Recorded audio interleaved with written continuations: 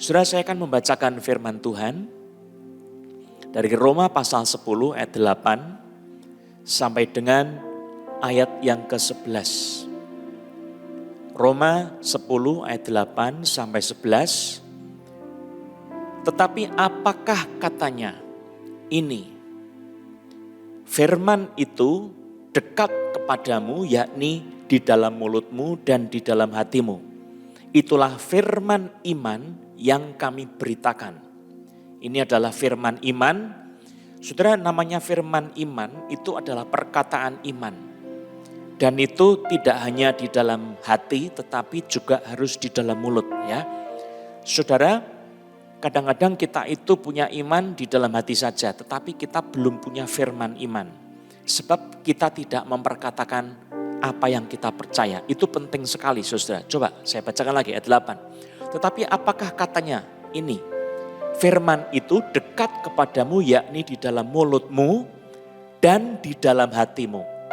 Saudara perhatikan, ini adalah satu ayat yang membicarakan tentang iman, tetapi bukan sekedar iman yang di dalam hati. Ini adalah sesuatu yang disebut sebagai firman iman. Itulah firman iman yang kami beritakan. Saudara, jadi kalau kita bicara tentang Injil, saudara, Injil itu bukan cuma sesuatu yang disimpan dalam hati, saudara. Itu belum selesai. Karena yang namanya firman Injil itu mesti juga di dalam hati kita itu setelah disimpan kita mesti memperkatakan apa yang kita yakini, ya. Saya bacakan lagi. Ayat 8. Tetapi apakah katanya ini? Firman itu dekat kepadamu, yakni di dalam mulutmu dan di dalam hatimu. Itulah firman iman yang kami beritakan. Sebab jika kamu mengaku dengan mulutmu bahwa Yesus adalah Tuhan dan percaya dalam hatimu bahwa Allah telah membangkitkan Dia dari antara orang mati, maka kamu akan diselamatkan. Saudara, keselamatan itu tidak bisa hanya dengan di dalam hati mengaku. Tidak cukup. Sebab jika kamu mengaku dengan mulutmu bahwa Yesus adalah Tuhan dan percaya dalam hatimu bahwa Allah telah membangkitkan Dia dari antara orang mati, maka kamu akan diselamatkan. Jadi ayat Alkitab ini, Roma 10 ayat 9 menggarisbawahi satu kenyataan bahwa iman yang menyelamatkan itu tidak hanya di dalam hati, tetapi harus menyatu dengan mulut kita. Saudara, iman itu berarti minimal, iman yang menyelamatkan itu minimal adalah percaya dalam hati plus mengaku dengan mulut. Ini penting, ya. Banyak sekali orang-orang percaya disembunyikan dalam hati. Itu orang percaya yang rahasia. Belum selesai, saudara. Tugas kita adalah kita juga memperkatakan Yesus Tuhan dan Juru Selamat. Dia adalah Allah yang menjadi manusia, yang diutus oleh Bapa untuk menjadi Mesias. Dia adalah anak Allah yang perkasa. Kita mesti memperkatakan itu, saudara. Ini dibilang di ayat yang ke-9.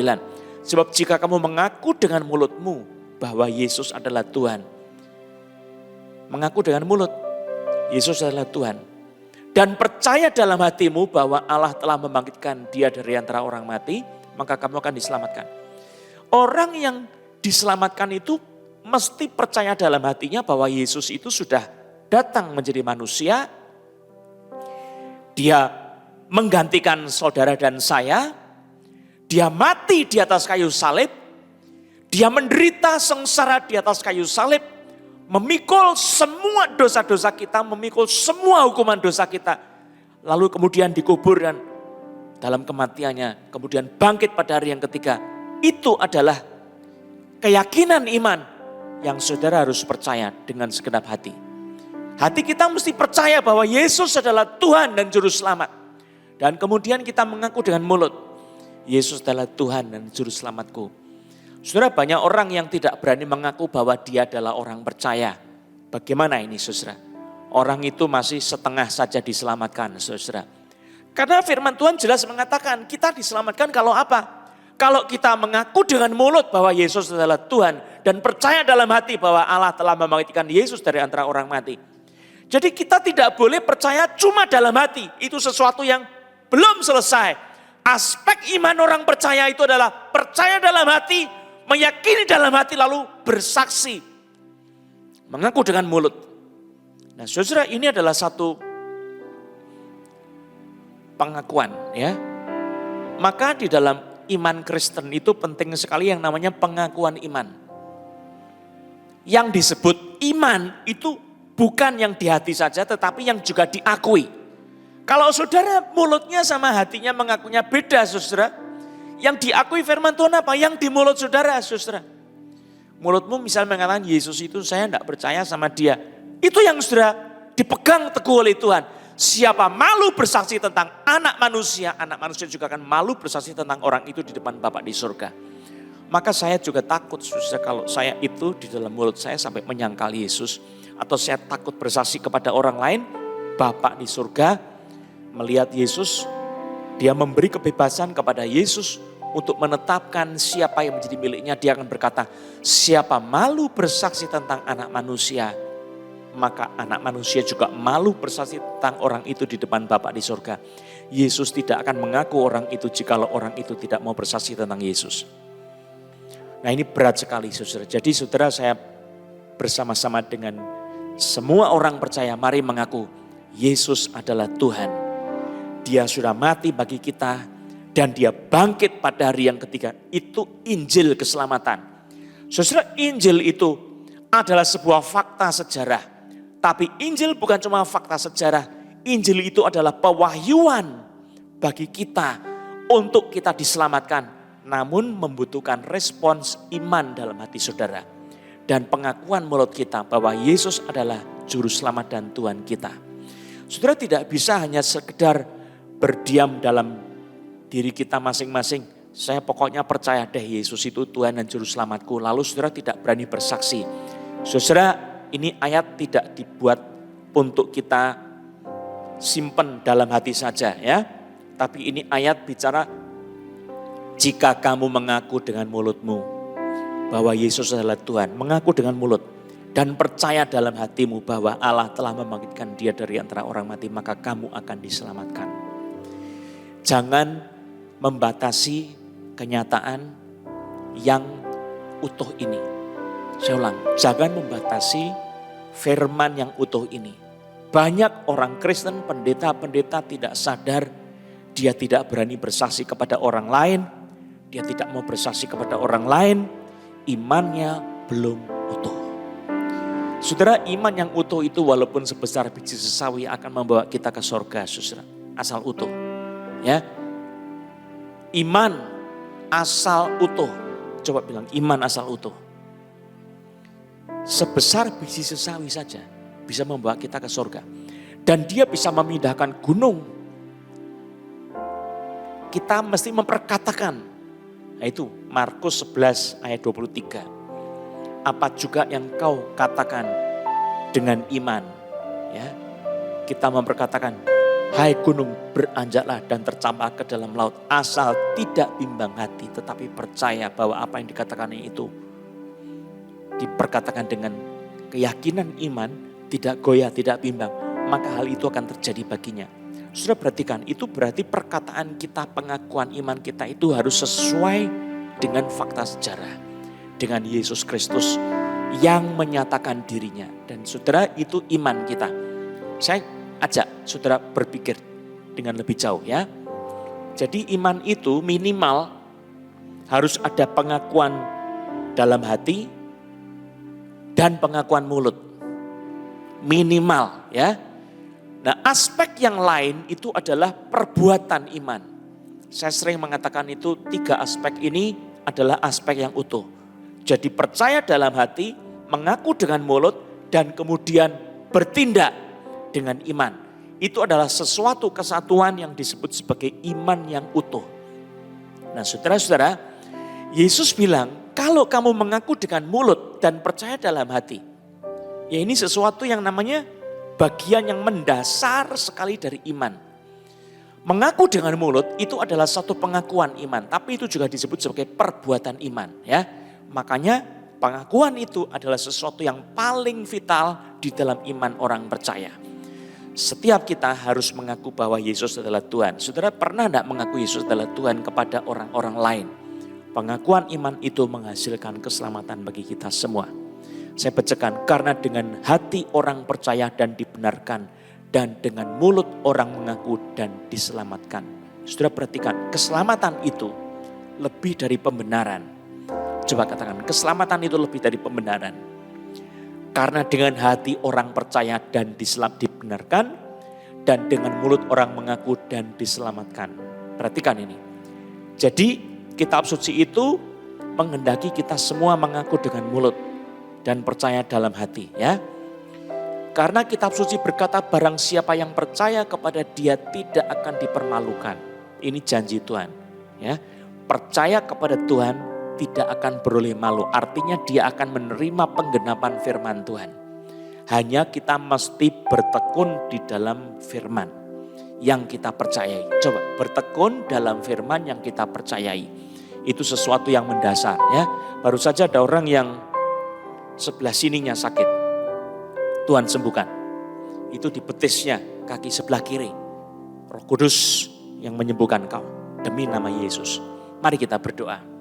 Bapa di surga, kami bersyukur karena Tuhan adalah Raja, Allah yang memerintah semesta. Tetapi Tuhan menjadi manusia di dalam Yesus Kristus. Sebagai manusia sejati, bukan manusia abal-abal, bukan setengah manusia setengah Tuhan. Tapi 100% manusia. Engkau Tuhan sudah menggantikan kami menjadi korban. Engkau disalibkan menggantikan kami. Dosa-dosa kami dan hukuman dosa kami telah Engkau pikul di atas kayu salib. Engkau telah dikuburkan dan bangkit pada hari yang ketiga. Engkaulah Tuhan Yesus juru selamat kami. Engkau Raja kami, penebus kami. Engkau adalah Tuhan yang diutus oleh Allah Bapa menjadi juru selamat kami. Kami percaya kepadamu. Di dalam nama Yesus Kristus kami percaya. Saudara sekarang katakan sama-sama, aku percaya. Aku mengaku percaya Yesus adalah Tuhan dan Juru Selamatku. Dia sudah mati bagi aku. Dia sudah dikubur bagi saya. Dan dia bangkit pada hari yang ketiga menyelamatkan saya. Aku milik Yesus Kristus. Haleluya. Amin. Di dalam nama Yesus Kristus. Saudara, kita akan bersama-sama mendoakan teman-teman kita yang sakit. Teman-teman ikut berdoa, ya. Dan saat mendoakan orang sakit, berikan dukungan doa saudara. Support dengan iman demi nama Yesus. Jangan support dengan konflik iman, ya. Karena saudara yang mengatakan tidak sembuh. Saudara melawan Roh Kudus sendiri. Sebab kuasa Tuhan itu dahsyat sekali. Jangan main-main dengan Roh Kudus, ya. Jangan menyangkal pekerjaan Roh Kudus demi nama Yesus Kristus. Ada yang sudah masuk? Ya, puji Tuhan. Sambil kita menyiapkan hati, ya. Saya mau ajak teks Alkitab sebelumnya, ayat yang ke-6, tadi kita baca ayat 8, ya. Ayat 6 saya tadi belum jelaskan, ayat 6 dan 7. Tetapi kebenaran karena iman berkata demikian, jangan katakan di dalam hatimu siapa akan naik ke surga, yaitu untuk membawa Yesus turun. Atau siapakah akan turun ke jurang maut, yaitu untuk membawa Kristus naik dari antara orang mati. Ini adalah sebuah terobosan, saudara. Iman itu bersifat terobosan. Dia tidak berkata, di dalam hatinya tidak akan berkata, siapa yang akan naik ke surga, yaitu untuk membawa Yesus turun. Sebab Yesus itu sudah turun. Jadi, dia percaya Yesus itu punya inisiatif, mendahului keselamatan kita. Itu iman. Lalu dia tidak berkata, siapa akan turun ke jurang maut, yaitu untuk membawa Kristus naik dari antara orang mati. Sebab iman berkata, Yesus sudah bangkit dari antara orang mati. Dia sudah naik dari antara orang mati. Itu Yesus Kristus. Jadi iman itu melihat dia sudah menyelesaikan segala sesuatu keselamatan bagi kita. Maka Yesus pada waktu dia disalibkan, dia berkata di dalam perkataannya itu salah satunya apa? Tetelestai. It hath been finished. It has been finished. Sama ya. Kalau terjemahan Inggris ada yang menerjemahkan it is finished. Sekarang ini sudah selesai. Tapi sebetulnya terjemahan yang lebih tepat adalah sudah selesai. Selesai. Apanya? Pengerjaan keselamatan bagi kita sudah selesai oleh Yesus. Itu iman. Sudah selesai. Kesembuhan itu termasuk di dalam karya Yesus untuk menyelamatkan kita, saudara. Matius 8 ayat 17 dikatakan, dialah yang memikul kelemahan kita dan menanggung penyakit kita. Jadi sudah selesai. Menyelamatkan dengan menanggung dosa kita dan memikul semua penyakit-penyakit kita. Sudah selesai. Bukan akan menyembuhkan, tapi sudah menyembuhkan kita di dalam penderitaan Yesus bagi kita. Ya, maka tugas kita adalah menerima, menyambut, mengalami apa yang sudah dijanjikan oleh firman Tuhan itu. Kiranya Tuhan memberkati firman-Nya. Bisa pujian penyembahan lagi, puji Tuhan.